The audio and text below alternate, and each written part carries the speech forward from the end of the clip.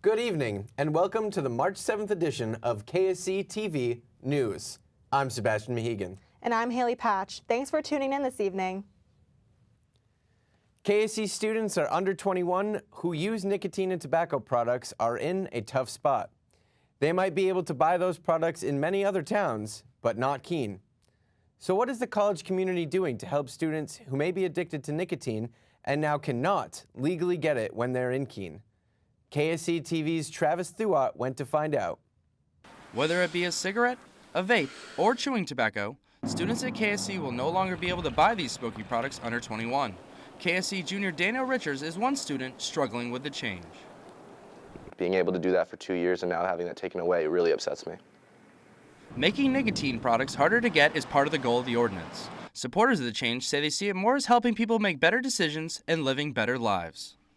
A policy that raises the age from 18 to 21 is actually just making it more possible for everyone to live a healthier lifestyle, and that's a change that can have a broader impact. The Center for Health and Wellness offers pamphlets, counseling, and even tobacco replacements. Head coordinator Tiffany Matthews said she's an advocate for following the ordinance and preventing students from starting nicotine products and to provide evidence-based services to help students quit usage. What are the rules here? And then try to help students,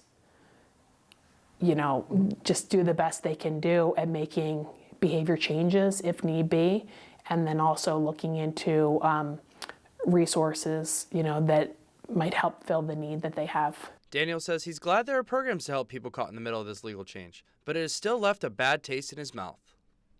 So I feel like maybe if you were already allowed to purchase these products before the law was taking place, you should still be allowed to purchase them now. Anyone looking for immediate help to quit, you can call the Cheshire Coalition for Tobacco-Free Communities for free treatment at 603-354-6513. Travis Thuat, KSCTV. Winchester is the latest New Hampshire town to ask the question, should people under the age of 21 have access to tobacco and nicotine products? KSCTV's Alyssa Baranko reports on Winchester's decision to take that question to voters. Chaw's convenience store in Winchester primarily sells tobacco and nicotine products. Anyone 18 or older can walk in and buy those products, and plenty of people do. Owner Marshall Royce says a lot of these people are from Massachusetts, a state that just raised its tobacco and nicotine age to 21. Royce says 90% of his profits come from people driving across the border from Massachusetts. But that traffic could stop if the 21 proposal passes. I did mention at the town hall meeting that this could possibly affect employees because if sales go down, we have to lay employees off, and that's probably my main concern, is that I do not want to lay any of my employees off. Winchester selectmen have decided to put the issue to the people and let them decide. Board of Selectmen member Ben Kalansky says that he supports the proposal. I'm a smoker, and I remember I started young, and I think this is definitely going to help a little bit with deterring kids from smoking. Residents will be given a chance to vote on the ordinance here at Town Hall on March 12th. Alyssa Baranko, KSCTV. If the measure passes, Winchester would be the third municipality in New Hampshire to raise the tobacco and nicotine age to 21. The other two places are Dover and Keene. A plan to put the Keene Senior Center in the same building as the Keene Recreation Center has been placed on the back burner for now. The Keene Sentinel reports the original plan to merge the two facilities has now been canceled to focus on other infrastructure project priorities. One of the issues at the center is the lack of parking. Members say they're considering a carpool project to help with that problem. A Ringe woman is facing charges after she allegedly set a family member's clothes on fire. The Keene Sentinel reports the woman was arguing with a male family member, took his clothes to the garage, poured gasoline on them, and set them on fire. Some of the gas had also got on the clothes the man was wearing, but he was not hurt in the fire. Gail McCarthy was charged with attempted first-degree assault domestic violence. She was also charged with deadly weapon domestic violence. Both of these charges are felonies. The Sullivan County Sheriff's Department is warning people to be aware of a telephone scam. The Keene Sentinel reports the caller identifies himself as a sheriff's deputy and tells the person they are calling that there's a warrant out for their arrest. The caller then claims the warrant can be dismissed in exchange for money, which the caller requests in the form of gift cards. Investigators say one victim lost $2,800 in the scam. Investigators say if you get a call like this, you should hang up on the scammer and call the police. Students from Keene State College are getting hands-on experience in marketing and design. This is because they have become the advertising force behind a Boston streetwear company. KSCTV's Peter Evans reports on how these students are dressing their resumes while in the classroom. Austin Siegel and Brandon Moulton began shooting photo and video for their friends back in high school. Now, their friends own a streetwear brand, and Austin and Brandon are helping promote it.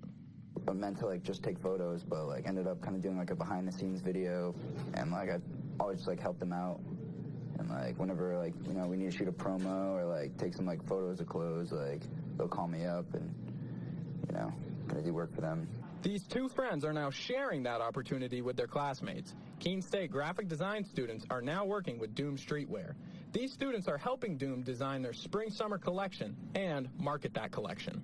With the graphic design program at Keene State, I feel like one of the things they really push you in is just basic routine of just getting into being concise and clean and just making sure there's no little mistakes and just messiness, I guess.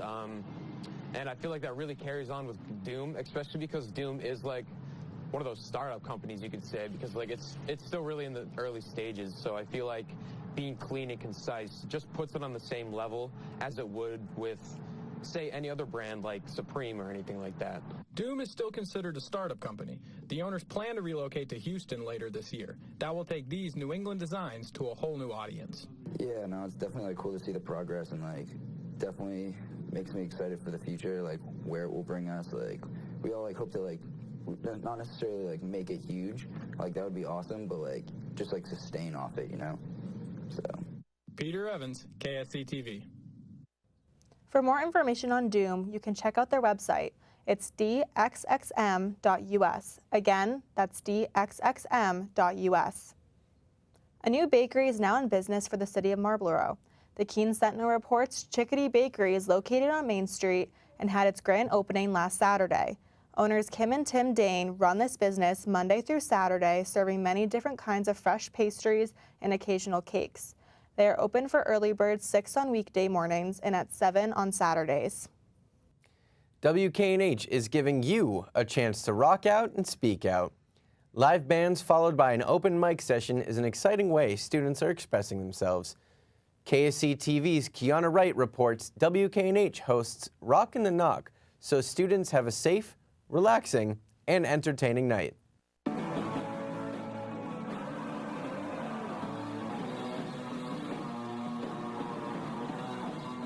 During this Rock in the Knock, the band Planes opened the night, followed by the Water Cycle.